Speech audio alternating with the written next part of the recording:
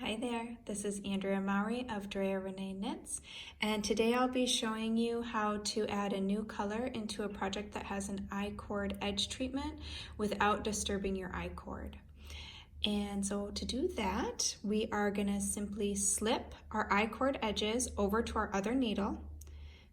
And so you're just moving them purlwise, you don't want to twist them. I have 3 stitches for my I-cord, and so again, I've slipped them to my right hand needle, and now I'm going to add in my new color.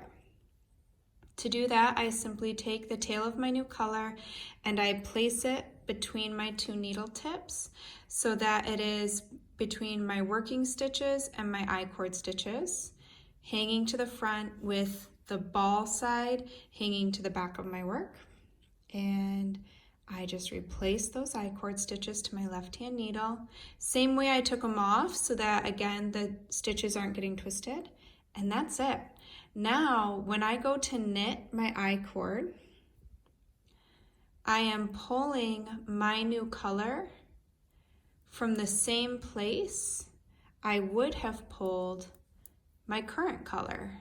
So from that same spot. Now you can go ahead and work across the rest of your row.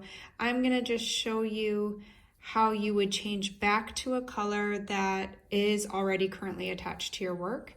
And you're going to do it basically in the same exact way. So give me 1 second to knit across here. I have an I-cord on this edge too. So if you're new to I-cords, all I'm doing is holding my yarn to the front while I slip my last 3 stitches.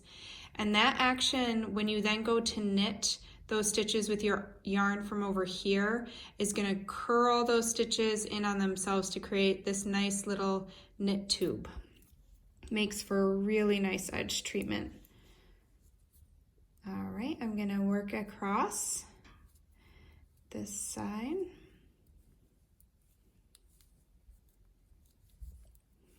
And then on the next row, I'll return to using my gray yarn. So again, I'm to my last 3 stitches. I slip with my yarn in front, and I can just drop that yarn because I'm not going to use it, and I can turn the needle. So to go ahead and return to using my gray yarn. Hi, Levi. So, sorry, that's my son. He is making his debut here. So, to finish this, all you need to do is let your color that you no longer need, go ahead and hang that down, and then I'm just carrying that gray one that was left down here. I'm just carrying that up, and I just knit across those 3. And it will actually twist and hide your carry inside your I-cord for you. I'm just going to go a few stitches in so you can see. Now also keep in mind that I-cords, when they're close to your needle, can look a little sloppy. It's as they grow that they begin to add tension and snap your I-cord into place. So that this edge here, see where that carry is? This edge here is going to curl in and snap into place the farther up you go, so you don't have to worry about cutting yarn, reattaching, and weaving in ends. Thank you so much. I hope this was helpful. Bye.